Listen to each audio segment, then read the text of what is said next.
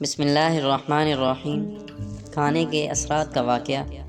شیخ اسلام مولانا مفتی محمد تقی عثمانی مدظلہ ارشاد فرماتے ہیں، حضرت مولانا محمد یعقوب صاحب نانوتوی رحمۃ اللہ علیہ، جو دارالعلوم دیوبند کے صدر مدرسہ اور حضرت تھانوی رحمۃ اللہ علیہ کے استاد تھے۔ غالباً انہی کا واقعہ ہے کہ ایک شخص نے ایک مرتبہ حضرت والا کی دعوت کی۔ آپ وہاں تشریف لے گئے، کھانا شروع کیا۔ ایک نوالا کھانے کے بعد معلوم ہوا کہ جس شخص نے دعوت کی ہے اس کی آمدنی حلال نہیں ہے، اس کی وجہ سے کھانا حلال نہیں ہے۔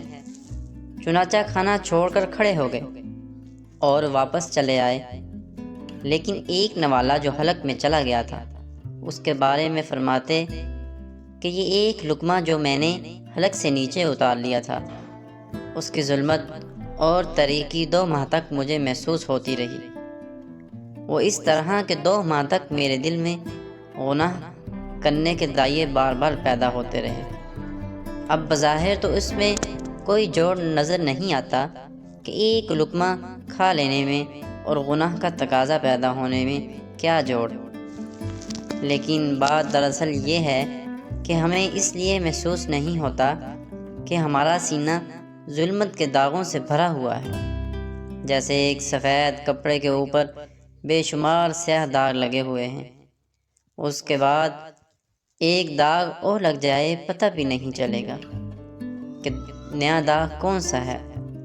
لیکن اگر کپڑا سفید صاف شفاف اور اس پر اگر ایک چھوٹا سا داغ بھی لگ جائے گا تو دور سے نظر آئے گا کہ داغ لگا ہوا ہے۔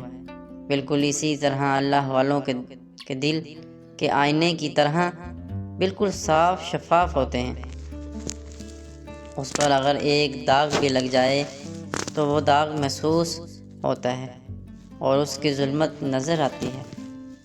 چنانچہ اللہ کے بندے نے یہ محسوس کر لیا کہ اس ایک لقمے کے کھانے سے پہلے تو نیکی کے دائیں بھی دل میں پیدا ہو رہے ہیں، گناہوں سے نفرت ہے، لیکن ایک لقمہ کھانے کے بعد دل میں گناہوں کے تقاضا پیدا ہونے لگے۔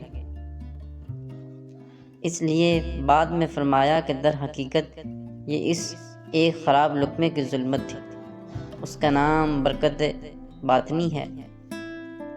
جب اللہ تعالیٰ یہ برکت باطنی عطا فرما دیتے ہیں تو پھر اس کے ذریعے انسان کے باطن میں ترقی ہوتی ہے، اخلاق اور خیالات درست ہو جاتے ہیں۔